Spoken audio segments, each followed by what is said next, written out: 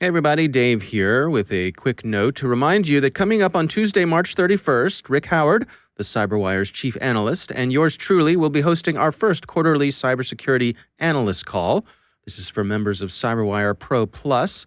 Every quarter, we'll be joined by a rotating group of experts to engage in an insightful discussion about the events of the last 90 days that will materially impact your career, the organizations you're responsible for, and the daily lives of people all over the world. Those who tune in to the live stream will be able to ask questions and participate in the conversation.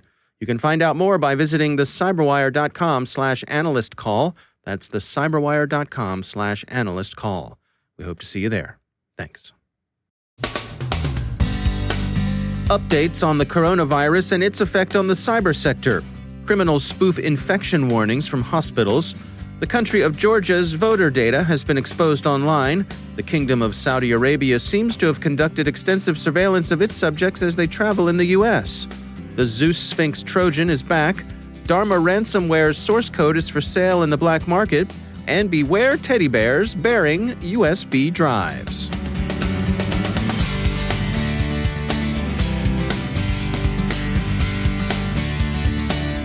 And now, a word from our sponsor, LastPass. LastPass is an award-winning security solution that helps millions of individuals and over 61,000 organizations navigate their online lives easily and securely. Businesses can maximize productivity while still maintaining effortless, strong security with LastPass. Transitioning to remote work can be complicated. LastPass Identity is here to make the transition easier without decreasing security. Through integrated single sign-on, password management, and multi-factor authentication, LastPass Identity enables remote teams to increase security. With an uptick in phishing attacks, LastPass reduces the risk of phishing schemes by never autofilling passwords on suspicious websites, and adds MFA across apps, workstations, and VPNs. It helps manage user access. Regardless of where or how employees need access, LastPass ensures employees have secure access to work applications through SSO and Password Manager. It enables secure sharing. LastPass enables remote employees to securely share passwords across teams in order to securely collaborate and stay on top of critical projects. And it allows you to maintain control. LastPass enables IT to remain in complete control over which employees are accessing which resources, no matter where they're coming from. With LastPass Identity, the transition to remote work can be a simple and secure one. Visit LastPass.com to learn more. That's LastPass.com. And we thank LastPass for sponsoring our show.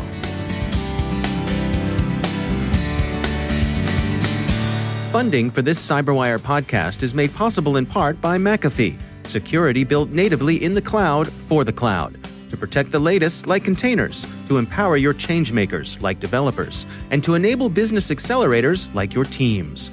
Cloud security that accelerates business. It's about time. Go to McAfee.com/time. From the CyberWire studios at Data Tribe, I'm Dave Bittner with your CyberWire summary for Monday, March 30th, 2020. Companies across essentially all sectors are feeling the effects of the pandemic, and neither the cybersecurity nor the larger tech sectors are immune. VentureBeat has some crowdsourced charts from Candor that offer an overview of how COVID-19 is affecting employment, including both hiring freezes and layoffs. One area that's so far performing well, according to the Wall Street Journal, is cloud computing. In general, the cloud has held up well, and cloud providers are emerging as the few corporate winners during the crisis. The Journal quotes Matthew Prince, Cloudflare CEO, to the effect that, quote, "If we think of the cloud as a utility, it's hard to imagine any other public utility that could sustain a 50% increase in utilization, whether that's electric or water or sewage system, and not fall over. The fact that the cloud is holding up as well as it has is one of the real bright spots of this crisis." End quote. Zoom isn't a cloud provider, but rather a company whose products facilitate telework. Its service has seen dramatically increased usage during the pandemic state of emergency, and with that increase in usage came increased attention both from hackers and from privacy advocates, from bad types and good types. Zoom has sought to address both. First, it's removed the code that Motherboard reported was sharing analytical data with Facebook. This is the sort of app behavior that's been found objectionable when other products have been caught doing it. Second, the vulnerabilities that Check Point last week reported finding in Zoom, vulnerabilities whose exploitation could render Zoom sessions susceptible to eavesdropping, turn out to have been patched, so those particular issues should be addressed. Various cybersecurity companies continue to offer services for free or at sharply discounted rates. Computer Weekly has a rundown of some of the recent offers.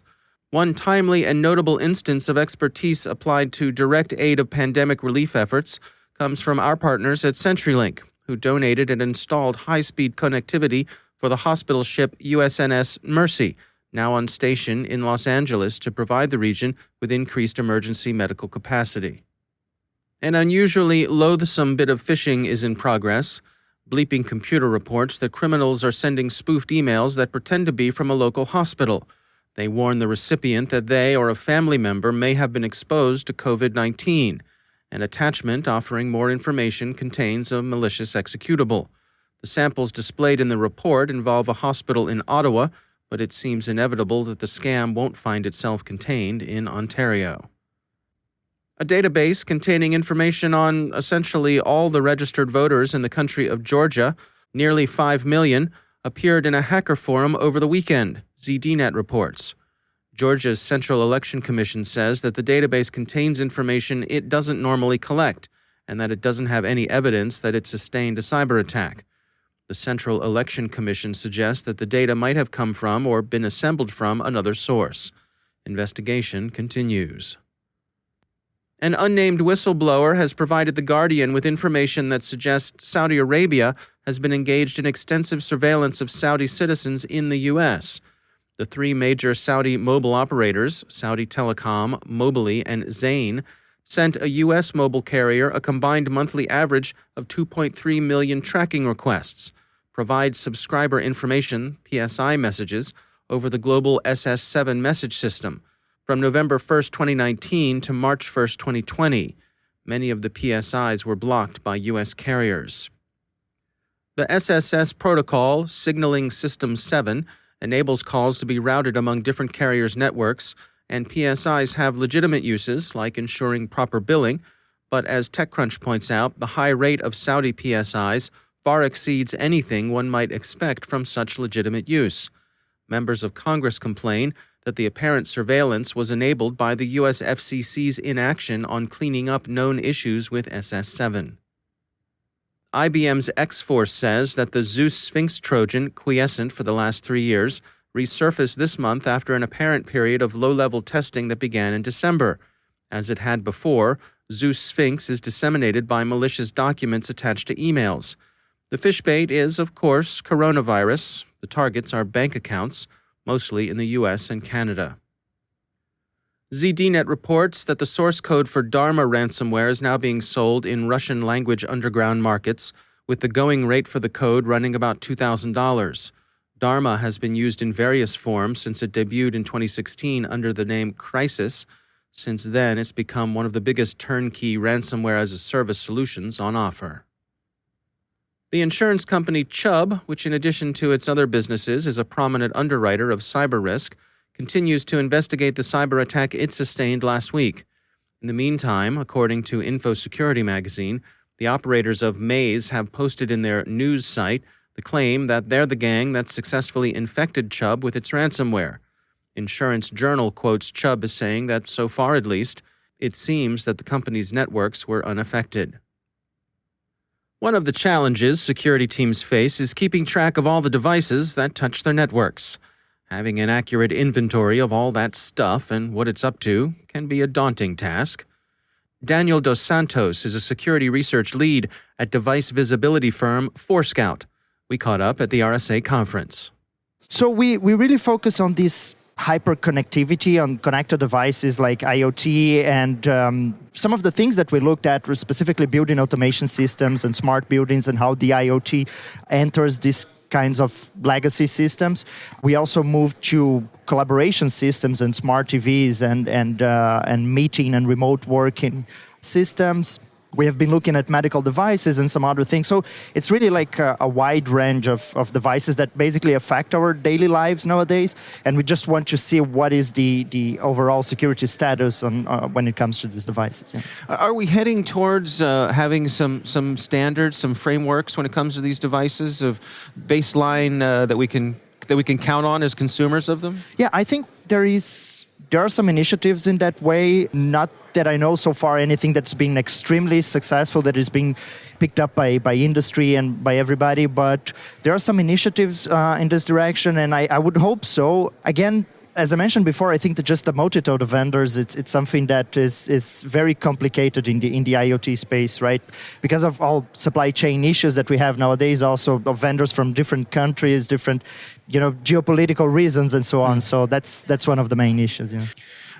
Are you optimistic as you look forward? Do you think this is a situation that we're gaining ground on? I think so. I think there's a lot of people working towards solutions. I think there is a lot of work still to be done. And I think that something like perfect security is probably unachievable. But as I said, there's a lot of smart people working towards very smart solutions. And we can always try to implement these solutions and try to be one or two steps ahead of the attackers, or at least one or two steps ahead of some other targets. That's in the end what you have to do in terms of security. What's your advice for folks out there? I'm thinking particularly of the folks in enterprise who have all of these devices deployed around their network. Are there any areas that aren't getting the attention you think they deserve? Yeah, like I mentioned, I think the basic steps are network visibility. So visibility into the devices that you have that are connected into your network. That's like the basic security control, on top of which you can build other things. So you just need to know everything that's connected to your network and to be able to monitor. So network visibility and network monitoring are definitely the basis. And then on top of that, implementing proper segmentation, proper control of these devices, manageability on the devices that you can manage. Now, there's a whole problem with IoT devices that cannot be managed, but at least on those you can also have monitoring and segmentation and so on. So I think those are the main areas that definitely can be improved. Yeah. That's Daniel dos Santos from Forescout. We heard last week that people had been receiving malware loaded onto USB drives mailed to them in conjunction with a phony Best Buy gift card offer. It turns out, according to Bleeping Computer, that there are other scams in progress, also delivered by the U.S. Postal Service. The FBI identified the Fin7 gang as the outfit behind the campaign. The scam is a variation of the familiar lost USB technique long used by pen testers. The FBI says that the USB drives are being distributed in the company of usual bits of swag, teddy bears among them. As we near the close of this podcast, we return to the coronavirus and its effects on our sector, and we're happy to report some good news. It's about Exabeam's Chris Tillett, an early COVID-19 patient who had a severe case of the virus. He's now out of his medically induced coma, back with his family, and on the way to recovery. May he continue to do well, and may all those similarly afflicted and their families receive healing and comfort. And finally, a new social phenomenon emerges as people stay home during the COVID-19 outbreak: EDS, or Exhausted Dog Syndrome, observed as people take their dogs for many more walks than usual just to get out of the house. There's a lot of up and at 'em pooch, particularly in the teleworking tech sector. To give credit where credit is due, the discovery of EDS must be credited to James Stavridis, Admiral, United States Navy, retired. And all we can add to this news is, Admiral, hello, Nobel.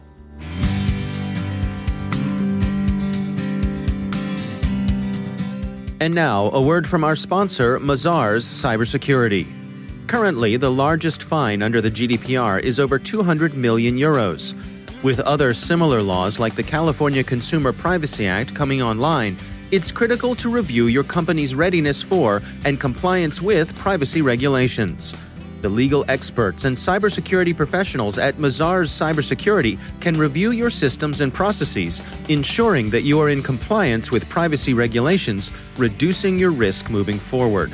Their world-class team in over 90 countries has experience with the full range of regulatory regimes globally and insight into local requirements at the state level. They can even act as your data protection officer. They understand that today's business world is international, online, and interconnected. A law a world away can substantially impact your organization. Can you afford to be out of compliance? See how Mazars helps at www.mazarsusa.com/cybersecurity. Again, that's www.mazarsusa.com/cybersecurity. And we thank Mazars Cybersecurity for sponsoring our show.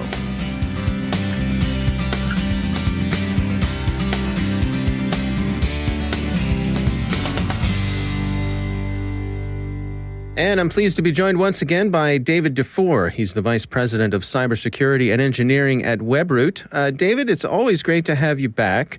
I wanted to touch base today on this notion of privacy versus security. I think a lot of people conflate the two, but you point out that they're not really the same thing.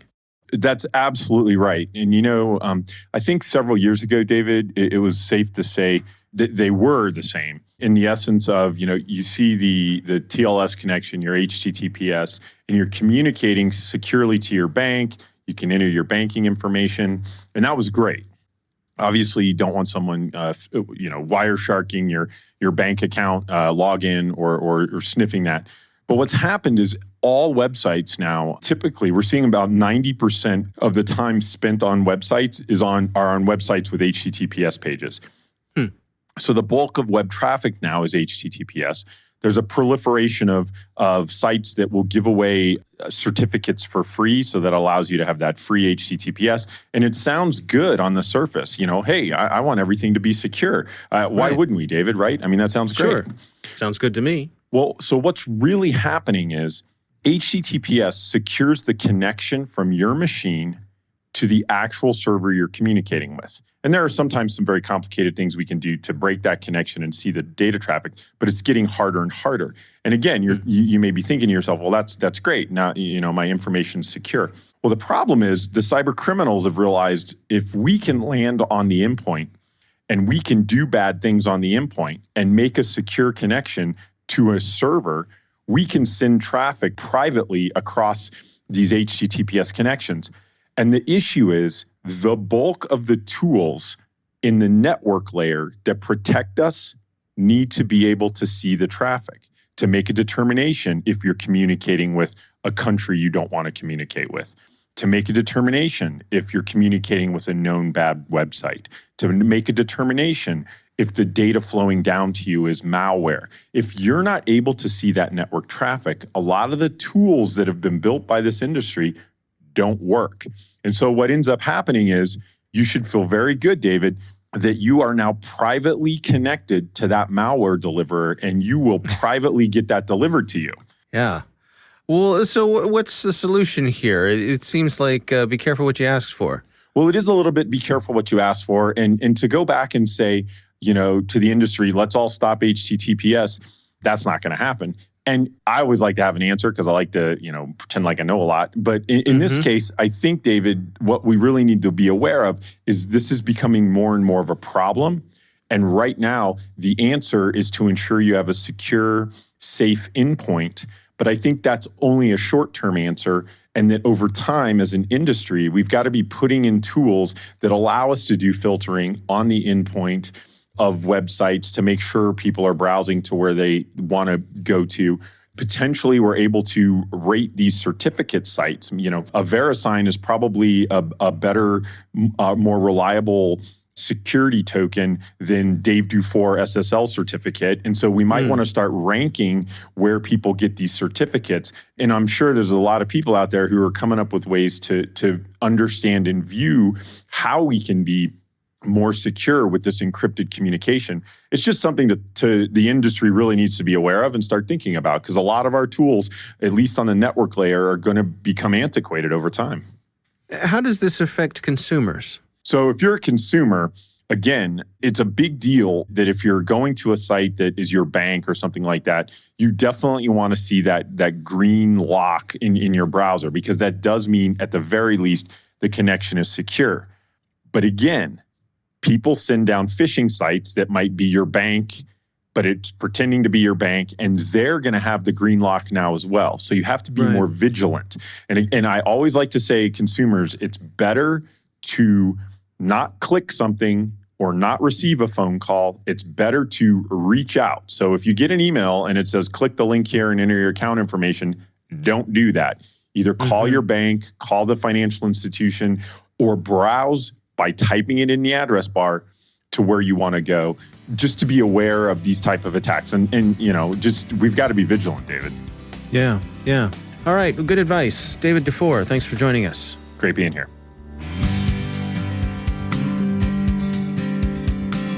And that's the CyberWire. For links to all of today's stories, check out our daily briefing at thecyberwire.com. And for professionals and cybersecurity leaders who want to stay abreast of this rapidly evolving field, sign up for CyberWire Pro. It will save you time and keep you informed. Listen for us on your Alexa smart speaker, too. Thanks to all of our sponsors for making the CyberWire possible, especially our supporting sponsor, Observit, a Proofpoint company and the leading insider threat management platform. Learn more at observit.com. The CyberWire podcast is proudly produced in Maryland out of the startup studios of Data Tribe, where they're co-building the next generation of cybersecurity teams and technologies.